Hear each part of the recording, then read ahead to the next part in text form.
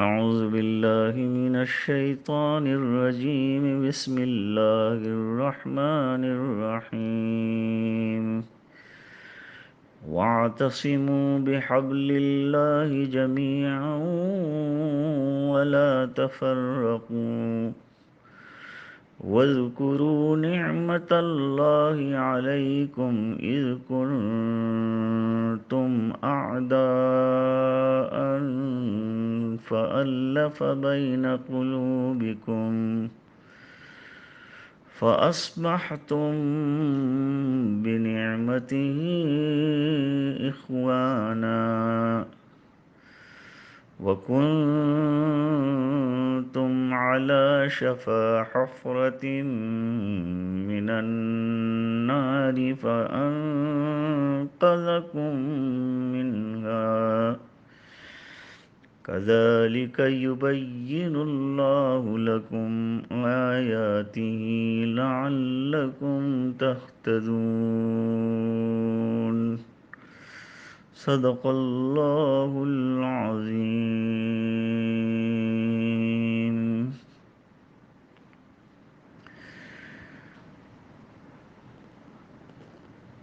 کل گزشتہ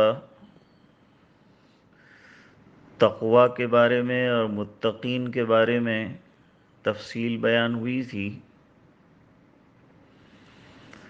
آیت کریمہ تھی یا ایھا الذین آمنوا اتقوا اللہ حق تقاتہ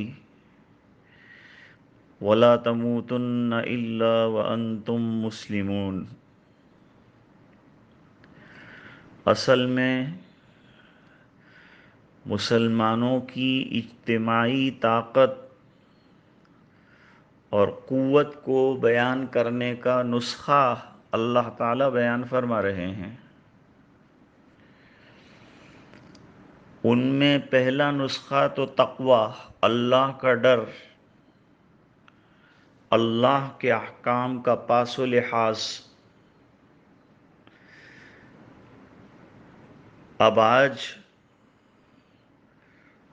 دوسرا نسخہ جو ہے وہ بیان فرما رہے ہیں۔ یہ دونوں ہی پوائنٹس بڑے اہمیت کے حامل ہیں۔ اللہ تعالیٰ فرماتے ہیں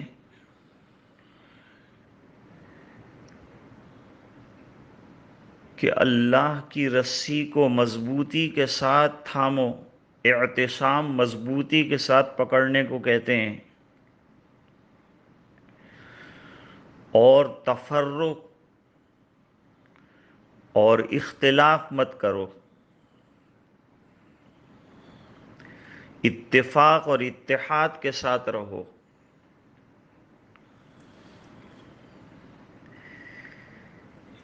اعتصام بحبل اللہ، حبل کے معنی عہد و پیمان کے بھی آتے ہیں اور رسی کے بھی آتے ہیں۔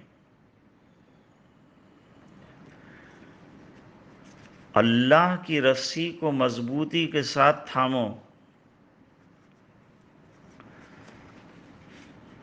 اور متحد ہو کر رہو، آپس میں خلفشار، اختلاف، جھگڑے نہ کرو۔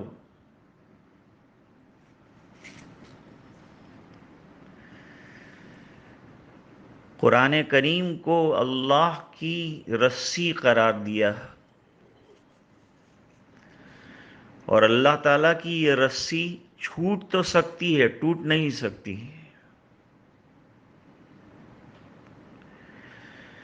قرآن کریم بڑی نعمت ہے، جس کو حق تعالیٰ شانہ نے لیلۃ القدر میں یکبارگی اور پھر قلب محمد صلی اللہ علیہ وسلم پر گاہے گاہے بضرورت 23 سالوں کے اندر نازل فرمایا۔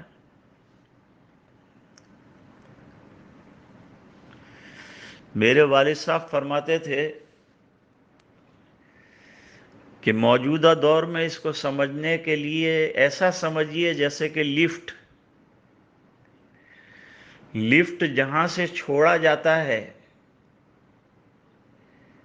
وہاں سے چلتا ہے نیچے تک آتا ہے. جو اس میں بیٹھ جاتا ہے بٹن دباتا ہے، لفٹ اس کو اس مقام اور اس منزل تک پہنچا دیتا ہے. دنیا میں تو لفٹیں ٹوٹنے کے واقعات ہوتے ہیں، لیکن حق تعالی شانہ نے یہ جو لفٹ لٹکایا ہے جنت سے ہمارے لیے، یہ ٹوٹنے والا نہیں. ہم چھوڑ دیں یہ بات الگ ہے، اور اللہ کی رسی کو مضبوطی کے ساتھ تھامنے کا مطلب یہ ہے کہ اس کی تلاوت کی جائے، اس کو سمجھا جائے، اس کے احکام اور فرامین پر پوری طرح سے عمل پیرا ہوا جائے. چنانچہ ترمذی شریف میں ایک روایت ہے حضرت علی رضی اللہ تعالیٰ عنہ سے، حضور پاک صلی اللہ علیہ وسلم نے فرمایا، لوگوں یاد رکھو، انما ستکون فتنہ، ایک بڑا فتنہ، ایک بڑی آفت آنے والی ہے. حضرت علی کرم اللہ وجہہ عرض کرتے ہیں کہ اللہ کے رسول، مل مخرج منہا، اس فتنے سے نکلنے کی سبیل کیا ہے، ذریعہ کیا ہے؟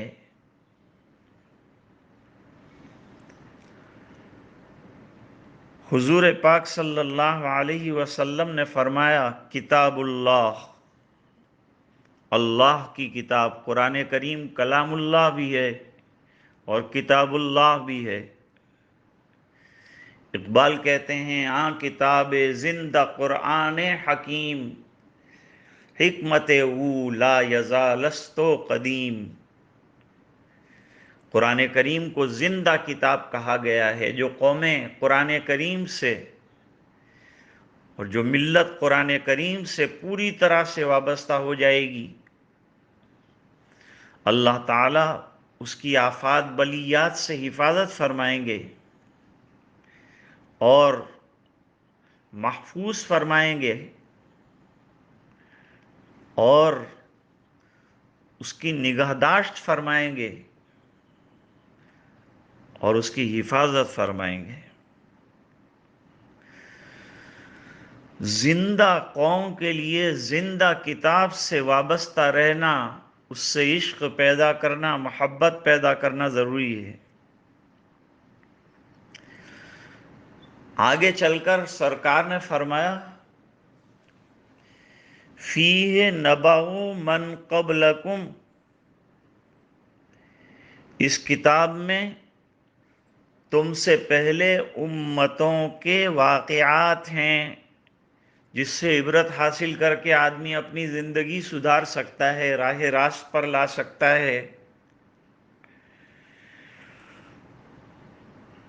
اور وَخَبَرُ مَا بَعْدَكُمْ، اور تمہارے بعد آنے والی اطلاعات ہیں، کیا کیا فتنے، کیا کیا حالات آنے والے ہیں اور ان میں راہ کیا ہوگی، سبیل نجات کیا ہوگی، یہ بھی بتایا گیا ہے. قرآن کریم پر واقعی غور کرنے سے یہ چیز سامنے آتی ہے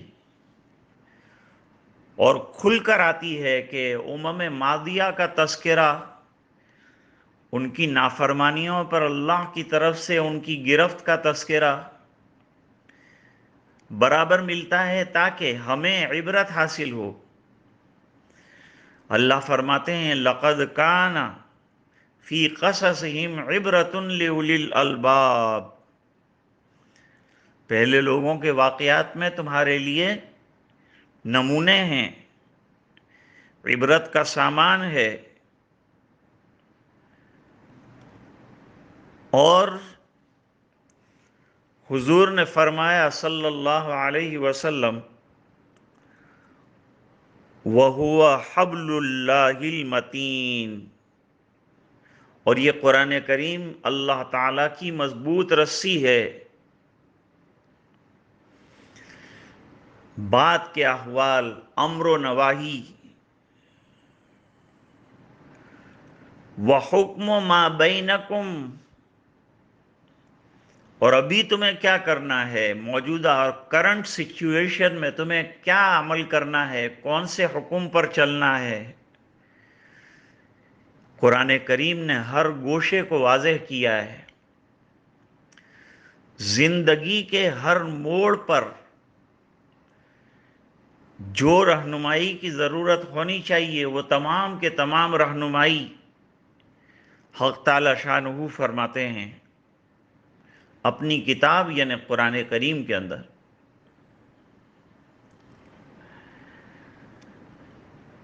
حضرت عبداللہ ابن مسعود رضی اللہ تعالیٰ عنہ جلیل القدر صحابی ہیں اور قرآن کریم میں بڑی مہارت رکھتے ہیں۔ حضور پاک صلی اللہ علیہ وسلم نے ان سے قرآن کریم سنا بھی ہے اور ان کے قرآن کریم پر بڑا اعتماد کا اظہار بھی فرمایا ہے، اور فرمایا 4 لوگوں کے پاس قرآن کریم سیکھو، ان میں حضرت عبداللہ ابن مسعود رضی اللہ تعالیٰ عنہ کا اسم گرامی بھی آیا ہے۔ تو عبداللہ ابن مسعود رضی اللہ تعالیٰ عنہ کی روایت میں ہے،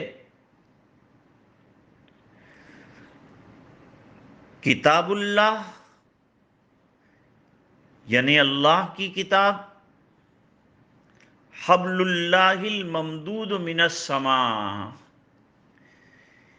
یہ دین جو قرآن کریم کے اندر پوشیدہ اور مضمر ہے، یہ اللہ کی طرف سے لٹکائی ہوئی مضبوط رسی ہے۔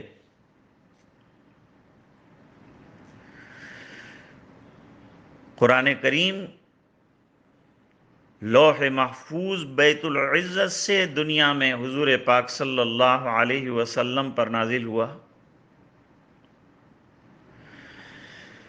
ایک اور روایت میں حضرت عبداللہ ابن مسعود رضی اللہ تعالیٰ عنہ سے مروی ہے،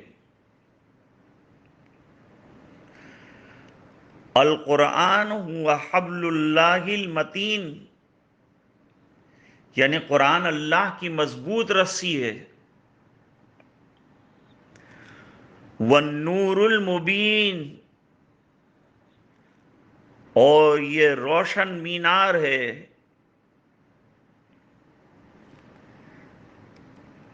خود قرآن کریم میں اللہ تعالیٰ نے فرمایا وَأَنزَلْنَا إِلَيْكُمْ نُورًا مُبِينًا،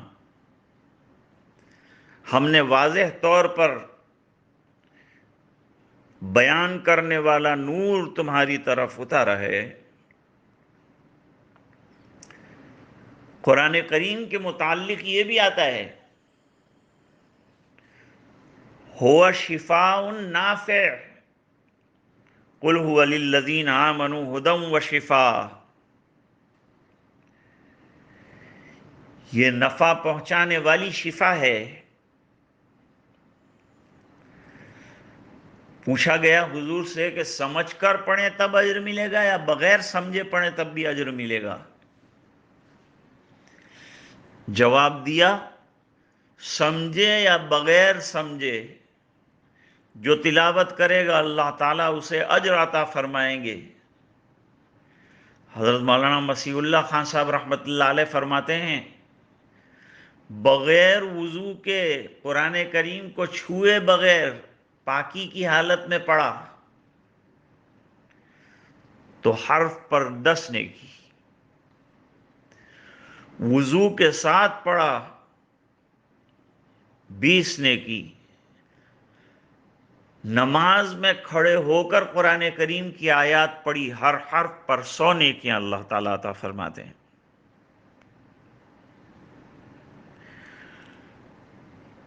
تو قرآن کریم روحانی بیماریوں کی شفا بھی ہے،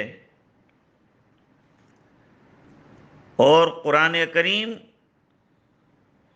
نور بھی ہے، اندھیروں میں اجالا دینے والا بہترین چراغ بھی ہے، فتنوں کے زمانے میں رہبری کرنے والی یہ بہترین کتاب ہے۔ آج فتنوں کے زمانے ہیں، طرح طرح کے حالات اور فتن اور روزانہ کی تفرقہ بازی اور فرقہ بندیاں، ان تمام کے بیچ میں قرآن کریم کی روشنی ہمارے لیے رہبر ہے، رہنما ہے۔ مسلم شریف کی حدیث میں حضرت ابو ہریرہ رضی اللہ تعالیٰ عنہ، یہ بھی جلیل القدر صحابی ہیں، خیبر کے بعد مسلمان ہوئے ہیں، اور حضور پاک صلی اللہ علیہ وسلم کے پاس باقی زندگی حضور کی حیات تک کی گزاری ہے۔ 5374 ارشادات نبوی صلی اللہ علیہ وسلم کو یاد کیا ہے، اور یہ امانت امت کو سونپی ہے۔ آپ کے دو مشہور شاگرد ہیں، حمام ابن منبہ اور وہب ابن منبہ۔ تو حضرت ابو ہریرہ رضی اللہ تعالیٰ عنہ سے روایت ہے، حضور پاک صلی اللہ علیہ وسلم نے فرمایا، ان اللہ یرضی لکم ثلاثا، اللہ تعالیٰ تمہارے لیے 3 چیزوں کو پسند فرماتا ہے، اور 3 چیزوں کو ناپسند فرماتا ہے۔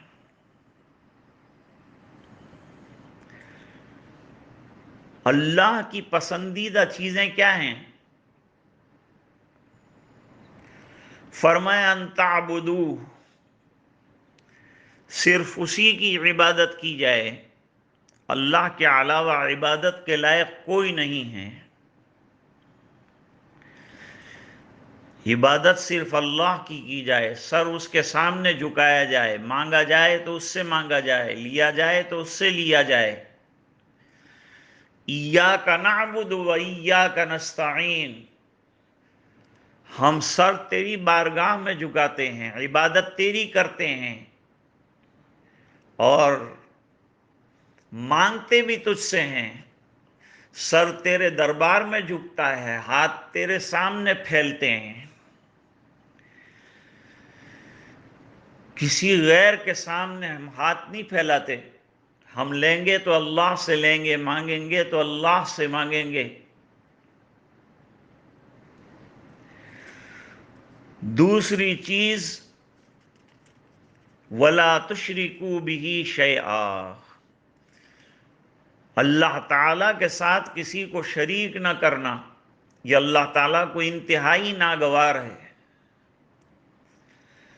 کیونکہ وہ طاقت والا ہے، قدرت والا ہے، غلبے والا ہے، اس کو کسی کی مدد کی ضرورت نہیں، ہم سب اس کے محتاج ہیں، وہ کسی کا محتاج نہیں ہے، وہ بے نیاز ہے، غنی، هو الغنی،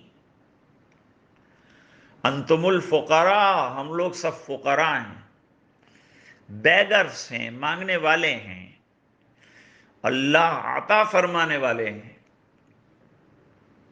حضور پاک صلی اللہ علیہ وسلم نے فرمایا، انما انا قاسم، میں تقسیم کرنے والا ہوں، اور یہ روحانی نعمتیں جو آتی ہیں میرے پاس کہاں سے آتی ہیں؟ واللہ یعطی، اللہ عطا فرماتے ہیں، میں تقسیم کرتا ہوں۔ تیسری پسندیدہ چیز بیان فرمائی، تعتصموا بحبل اللہ جمیعا ولا تفرقوا، اللہ کے عہد و پیمان کو، اللہ کی کتاب کو مضبوطی کے ساتھ تھام لو، اور آپس میں تفرقہ بازی نہ کرو۔ اور وہ حکام اور تمہارے امراء جو تمہیں شریعت کے مطابق حکم دیتے ہوں، اس کی خلاف ورزی نہ کرتے ہوں، تو اس میں جھگڑے مت پیدا کرو۔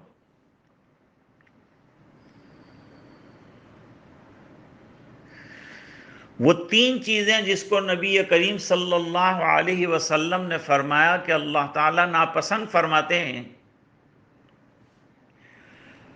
اس میں ایک ہے قیل وقال، یعنی بیہودہ اور بے مقصد بات چیت کرنا،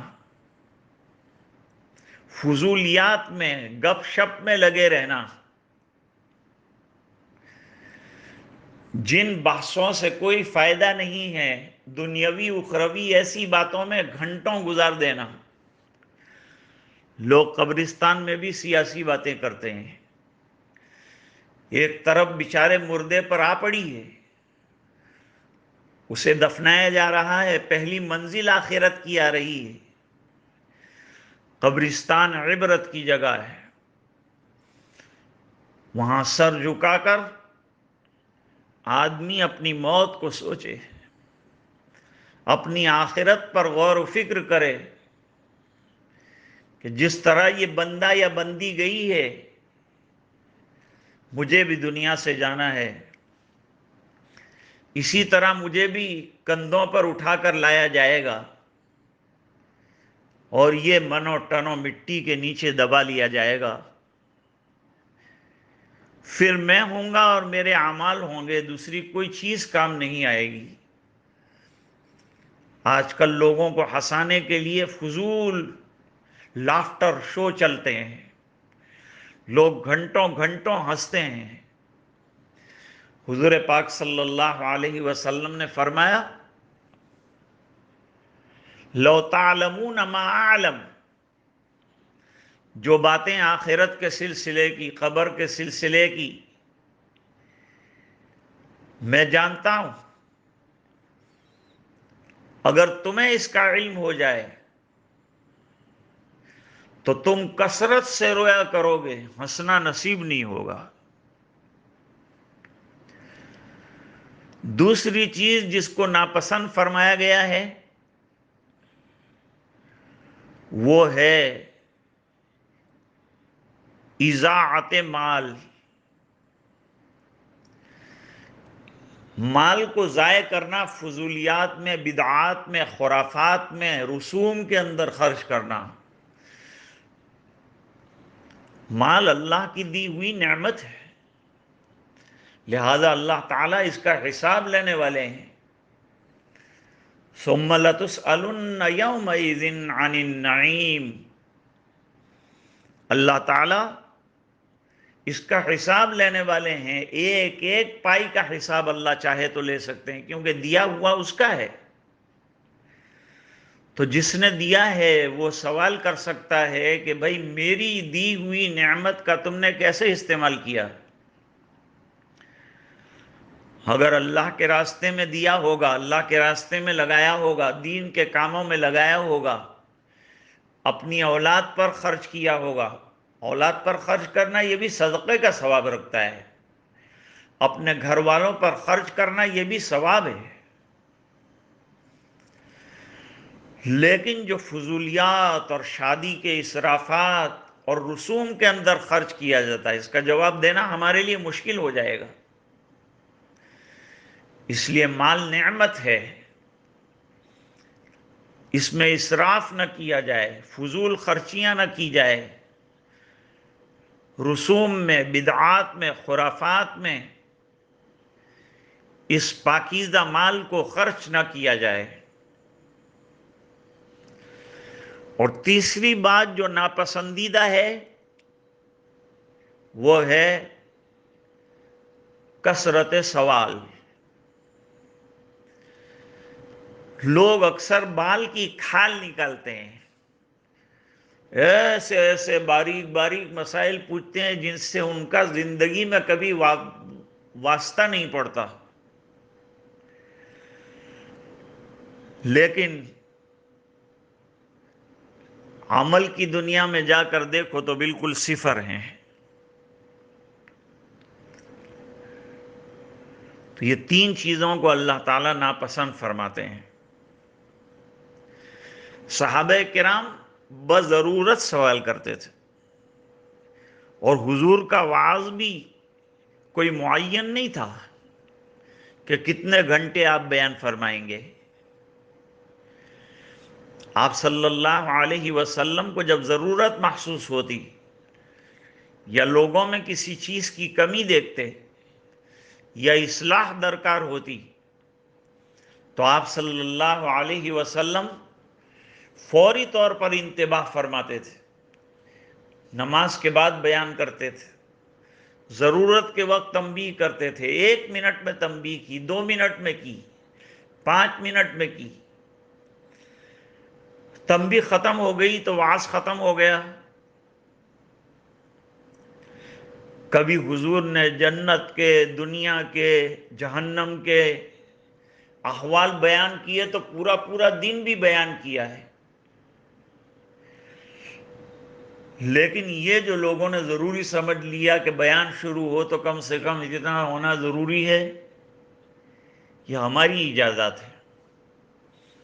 حضور بوقت ضرورت بضرورت بیان فرماتے تھے، اور اصلاح اصل میں مقصود ہوتی تھی۔ بہرحال اللہ تعالیٰ فرماتے ہیں وَاعْتَصِمُوا بِحَبْلِ اللَّهِ جَمِيعًا، سب مل کر اللہ کے احکام کی پیروی کرو۔ اس پیروی کرنے کی وجہ سے تمہارے اندر اتحاد پیدا ہوگا۔ اختلاف کو دنیا میں کوئی بھی پسند نہیں کرتا، سب لوگ یونٹی کو پسند کرتے ہیں، اتحاد کو پسند کرتے ہیں، اتفاق کو پسند کرتے ہیں۔ دنیا میں شاید اور باید کوئی ایسا نکلے گا جو یوں کہے کہ نہیں، لڑنا چاہیے، مقابلہ آرائیاں کرنی چاہیے۔ جنگیں جو میدان میں لڑی جاتی ہیں اس کے فیصلے بھی حقیقت میں تو ٹیبل پر بیٹھ کر کیے جاتے ہیں۔ جنگوں سے فیصلے نہیں ہوتے، ٹیبل پر بیٹھ کر سوچ سمجھ کر بات کہی جاتی ہے، اظہار خیال دونوں طرف سے کیا جاتا ہے، پھر اس میں اتفاق آتا ہے، اور پھر لڑائیاں تھمتی ہیں، جنگیں ختم ہوتی ہے، خونہ مرکی ختم ہوتی ہے، کچھ تو خون ختم ہوتا ہے۔ تو فرمایا کہ جھگڑو مت، اختلاف مت کرو، اللہ کی رسی کو مضبوطی سے تھامو گے، قرآن کریم کے فرامین پر عمل کرو گے۔ کل یہ نہیں کہا کہ اتحاد پیدا کرو، اتحاد پیدا کرنے کا طریقہ بتایا۔ ایک تو یہ کہ تقوی والی زندگی گزارو، اللہ کا ڈر ہمیشہ تمہارے سامنے رہے، اور دوسری چیز جو انتہائی اہم ہے وہ متحد ہو کر رہنا ہے، اور متحد ہو کر رہنے کا طریقہ کیا ہے؟ قرآن کریم کے اوپر عمل کیا جائے، قرآن کریم کو زندگی کے اندر اتارا جائے، اس کی تلاوت کی جائے، کیونکہ یہ بات طے شدہ ہے کہ لوگ اپنی کم عقل کی وجہ سے اپنی جو طے شدہ بات ہے اس کو اتحاد کا ذریعہ سمجھتے ہیں، اور اس کے علاوہ سب چیزوں کو ریجیکٹ کرتے ہیں، ریفیوز کرتے ہیں، اور اسی پر زور لگاتے ہیں کہ جو ہم نے بتایا یہ کرو۔ نتیجہ یہ ہوا کہ پارٹیوں پر پارٹیاں، جماعتوں پر جماعتیں بنتی جاتی ہیں، اور جماعتوں میں کئی جماعتیں بنتی ہیں، اتحاد کہیں بھی نظر نہیں آتا۔ اتحاد کے بورڈ تو نظر آتے ہیں لیکن اتحاد کہیں بھی نظر نہیں آتا۔ اللہ نے فرمایا اتحاد 2 چیزوں میں ہم نے رکھا ہے، اللہ کے احکام میں، تقوی میں۔ اللہ کی رسی کو مضبوطی کے ساتھ تھامنے میں تم ہمیشہ متحد رہو گے۔ اتحاد کا طریقہ یہ ہے کہ جو نظام زندگی اللہ نے دیا ہے اور جو طریقہ اللہ تعالیٰ نے بتایا ہے اس طریقے کے مطابق تمہیں زندگی گزارنا چاہیے۔ دیکھو جب تمہارے پاس ایمان نہیں تھا تو کتنا جھگڑا، کتنا اختلاف آپس میں چل رہا تھا، کتنی لڑائیاں تھیں۔ جنگ بعاث ہوئی، اوس اور خزرج مدینے کے 2 بڑے قبیلے ہیں، 100 سالوں تک یہ جنگ چلی، اور بڑے بڑے ہونہار اور لیڈران اس کے اندر کام آ گئے.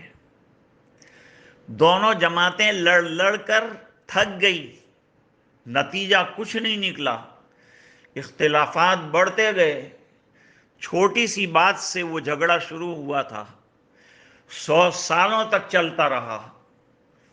پھر اللہ نے کرم فرمایا کہ جناب رسول اللہ صلی اللہ علیہ وسلم کو ہجرت کے بعد مدینہ منورہ بھیج دیا. آپ نے یہی قرآن کریم کی تعلیم کے ذریعے سے اور اپنے اسوہ کے ذریعے سے ان جھگڑا کرنے والوں کو آپس میں شیر و شکر بنا دیا، متحد کر دیا.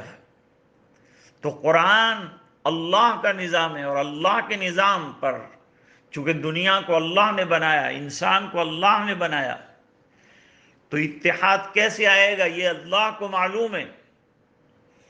اور اس معلوم طریقے کے مطابق جو چلیں گے وہ متحد ہو جائیں گے. اللہ کے احکام پر اپنے آپ کو ڈال دیں گے تو متحد ہو جائیں گے. نظام بھی اللہ تعالیٰ نے اتحاد کا ہمیں بتایا، اور اختلاف اور جھگڑے آپس کے، تفرقہ بازیاں، ذات پات کے، فرقہ بندیوں کے. بعض لوگوں نے تقسیم کیا اپنے آپ کو ملکوں کے اعتبار سے، بعض نے وطن کے اعتبار سے، بعض نے اپنی ذات پات کے اعتبار سے، بعض نے اپنی نسلوں کے اعتبار سے. اللہ تعالیٰ قرآن کریم میں فرماتے ہیں تم کو ایک آدم اور حوا سے ہم نے پیدا کیا ہے، اور تمہارے اندر پھر قبائل بنائے، اور قبائل کے ساتھ تمہارے اندر طرح طرح کے ذاتیں رکھیں. یہ تعارف کے لیے ہے، باقی اللہ تعالیٰ کے یہاں یہ سب چیزیں نہیں دیکھی جائے گی. تم شیخ بھی ہو، سید اور مرزا اور پٹھان بھی ہو، اور ذرا یہ تو بتاؤ کہ مسلمان بھی ہو. اگر متحد ہو کر رہنا ہے اور اتفاق کے ساتھ رہنا ہے تو اس کا بہترین طریقہ یہ ہے کہ ہم نظام زندگی جس نے نظام ہمیں عطا فرمایا ہے اس دینے والے کے اپنے آپ کو تابع کر دیں، اس کے مطابق اپنے آپ کو بتائیں. اس کی مثال امم ماضیہ کے اندر صحابہ کرام کی شکل میں ہمیں ملتی ہے. اوس اور خزرج آپس میں سر جوڑ کر بیٹھنے والے اور آپس میں محبت رکھنے والے بن گئے، میل جول بڑھ گیا، بھائیوں سے زیادہ آپس میں محبت ہو گئی. مہاجرین اور انصار میں حضور نے بھائی چارہ کروایا، مواخات کروائی. بہرحال یہ لمبی تفصیلی گفتگو ہے، انشاءاللہ آئندہ کل اس کا کچھ حصہ باقی ہے، اس پر انشاءاللہ گفتگو کریں گے. اللہ تعالی ہم سب کو عمل کرنے کی توفیق عطا فرمائے. اللہم صلی علی سیدنا محمد وعلی آل سیدنا محمد وبارک وسلم. ربنا آتنا فی الدنیا حسنہ وفی الآخرۃ حسنۃ وقنا عذاب النار وادخلنا الجنۃ مع الابرار یا عزیز یا غفار یا ارحم الراحمین. اللہم انا نعوذ بک من جہد البلاء ودرک الشقاء وسوء القضاء وشماتۃ الاعداء. اللہم ارفعنا البلاء والوباء والربا والزنا والزلازل والمحن وسوء الفتن ما ظہر منها وما بطن عن بلدنا هذه خاصة وعن سائر بلاد المسلمين عامة يا رب العالمين. الہنا انت فی حالنا محول وبدل ذلتنا بالعز بدل، وسہل یا الہنا کل صعب بحرمت سید الابرار سہل. اللہم لا سہل الا ما جعلته سہلا وانت تجعل الحزن سہلا اذا شئت لأن تيسير كل عسير عليك يسير. سہل یا الہنا کل صعب بحرمت سید الابرار سہل. اللہم تقبل منا صیامنا وقیامنا وتلاوت القرآن الکریم یا رب العالمین، اے اللہ ہمارے گناہوں کو معاف فرما، اے اللہ ہماری کوتاہیوں سے درگزر فرما، اے اللہ اپنا فضل اور کرم شامل حال فرما، اے اللہ رحم کے اور کرم کے اور عافیت کے فیصلے فرما، اے اللہ تو بڑی سطوت والا، بڑی کبریائی والا، بڑا عظیم ہے۔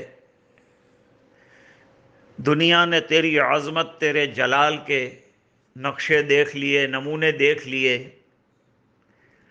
اپنی عاجزیوں کا، اپنی انکساریوں کا، اپنی بندگیوں کا اقرار کر لیا۔